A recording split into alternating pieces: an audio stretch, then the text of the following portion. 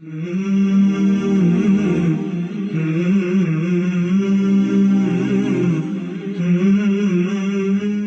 real cause of inner emptiness. Lack of love is the real cause of inner emptiness. We'll talk about the perfect love and how it can complete your life and make it beautiful. We'll also discuss who you should trust more, technology or human, and how that almost caused tension between a couple. This is also our last episode covering the gems from the great book, The Disease and the Cure by Ibn al-Qayyim rahimahullah. Who or what you trust more, your spouse or WhatsApp? Recently, I was with a friend of mine, and he was talking to me. He has his phone in his hand. We were going for the prayers. So a lot of different things were happening. He's talking to me at the same time. His phone is buzzing. He's seeing other people's messages and he's responding to some messages. Anyways, we go and we pray Aisha and then we come back. So it turns out that his wife has messaged him about something. And as you know, that WhatsApp shows the notification or the read status of a message. So as per that, it showed the wife that the husband has read the message. And it was something important the husband was supposed to do, but he didn't do it. And the wife thought that he had seen the message and he ignored it. What was actually happening was that as he was talking to me and his phone was buzzing, and he may have accidentally opened the window and may not have looked at it. So as per WhatsApp or technology, it's almost only taking a look at that, hey, was the screen open? That does not necessarily mean the person actually read the message. So this is just an example of how in life sometimes you may have conflicting messaging and one may think that the other person is lying, but actually both people can be speaking the truth. It's just that the meaning is different. So yes, the wife saw the notification from the WhatsApp that the message was read, which only meant that the window was open. It does not really mean that the person actually read the message. And the husband was right as well that, hey, I haven't seen your message. So that's just a very simple, basic example.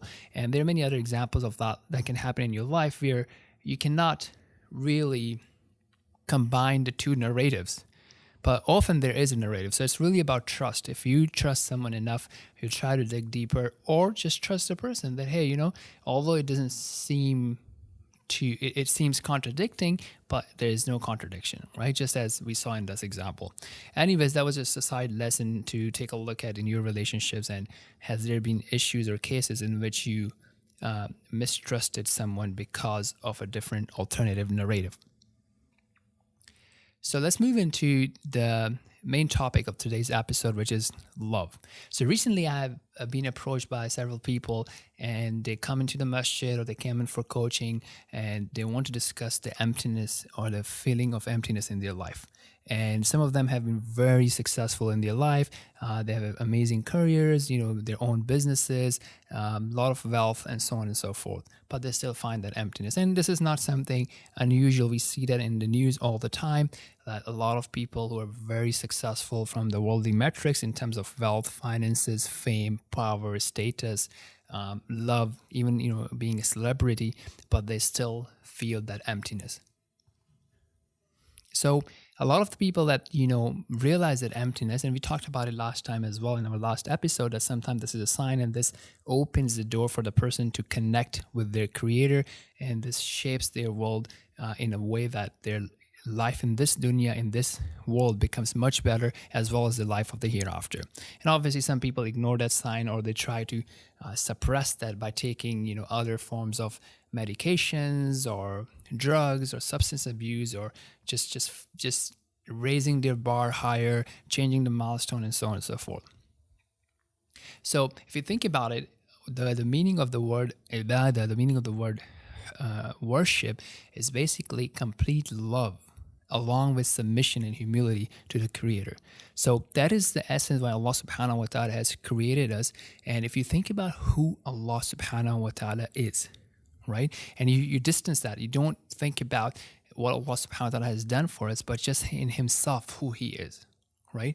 And you try to reflect on his names and attributes, how powerful he is, how beautiful he is, how he has created these amazing, beautiful things in this world, the oceans, the seas, the lakes, the mountains, the greenery, the pasture, the animal kingdom, the beautiful animals, amazing thing and the amazing phenomena, sunrise, sunset, rain, clouds, sunshine, snow.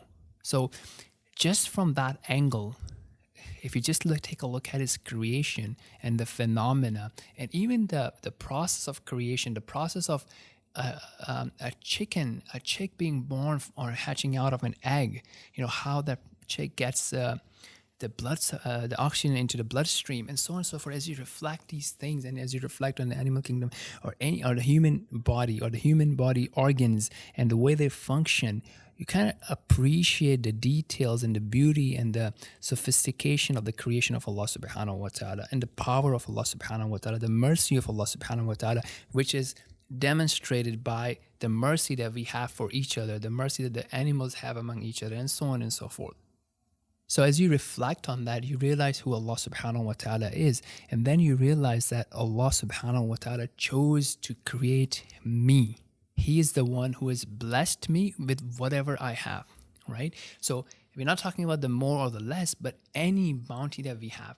Your ability to hear and be able to communicate with people. That's a great blessing in itself, right? We do not have any right or authority to demand that it's a blessing that Allah subhanahu wa ta'ala has given us, or the ability to see, or the ability to speak, the ability to touch, the ability to taste food, and whatever food that we have available, and the feeling of thirst that we have, and then how it's quenched by a cold drink. All these amazing things are from Allah subhanahu wa ta'ala that we enjoy.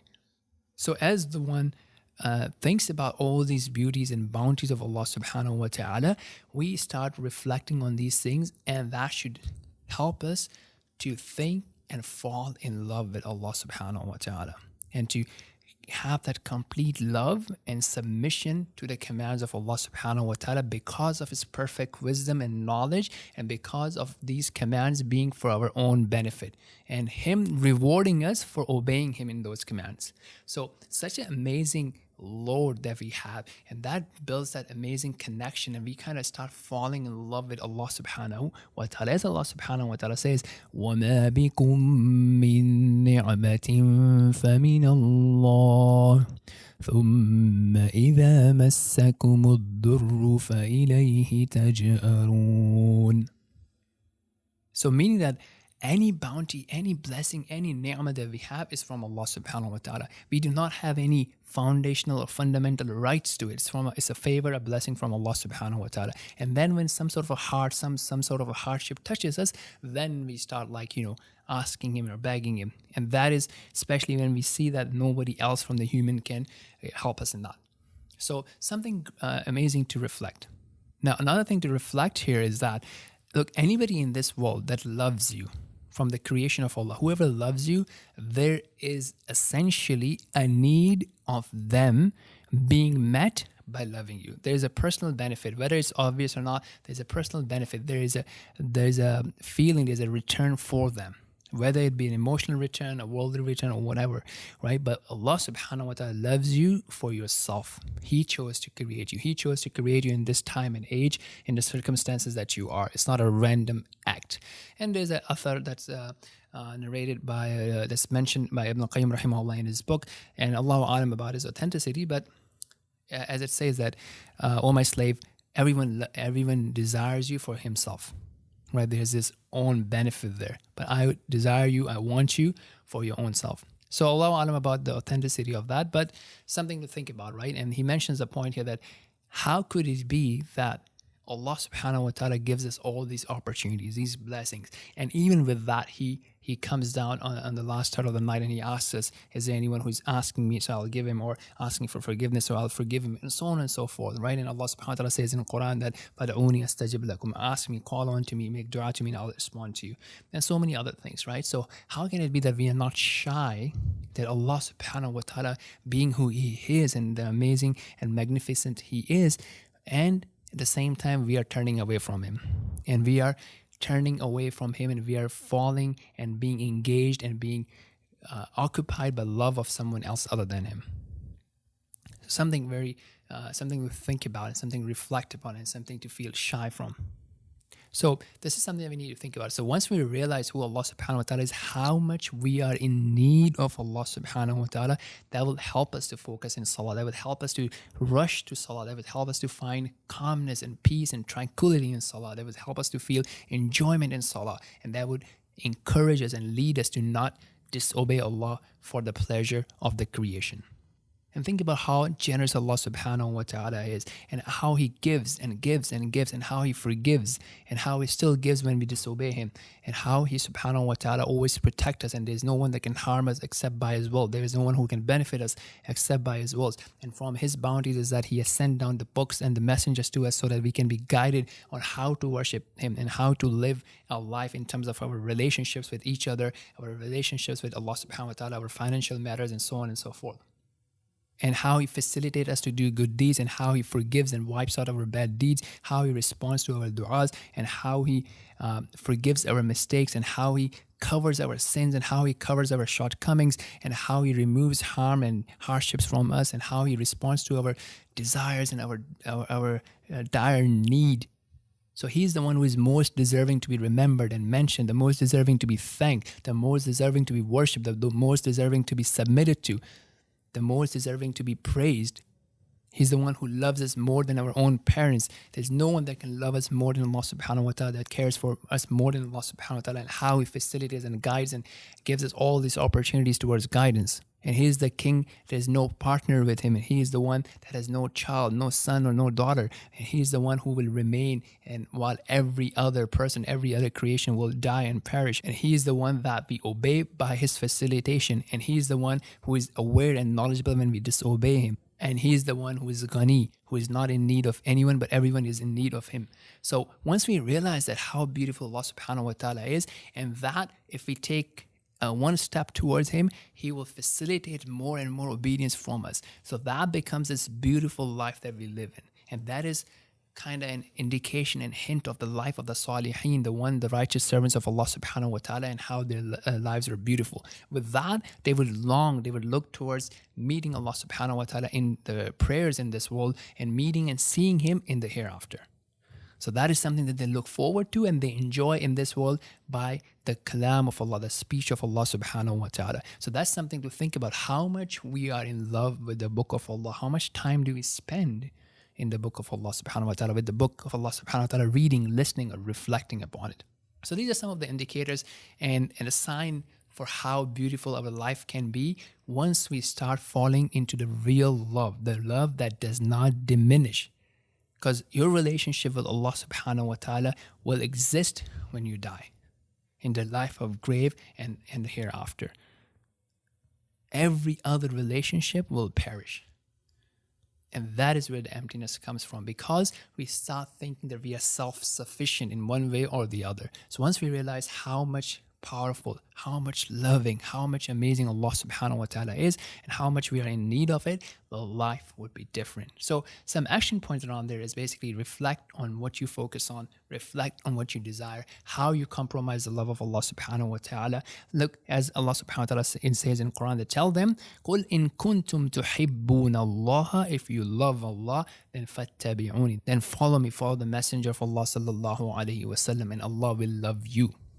So making dua for that, asking Allah subhanahu wa ta'ala to bless us for His loves, and taking the means, sacrificing our own desires over the commandments of Allah subhanahu wa ta'ala, until our desires are aligned with the commands of Allah subhanahu wa ta'ala. So may Allah subhanahu wa ta'ala make this happen for us. May Allah subhanahu wa ta'ala bless us with His love and increase us in it, and make us take the means to achieve that.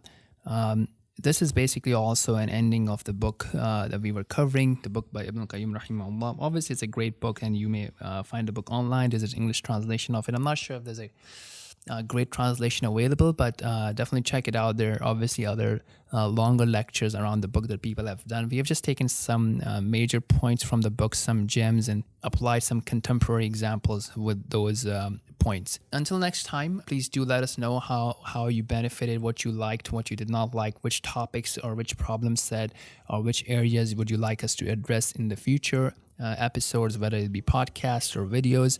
And we'd love to hear from you if you have applied any of those things and how it has benefited you. down.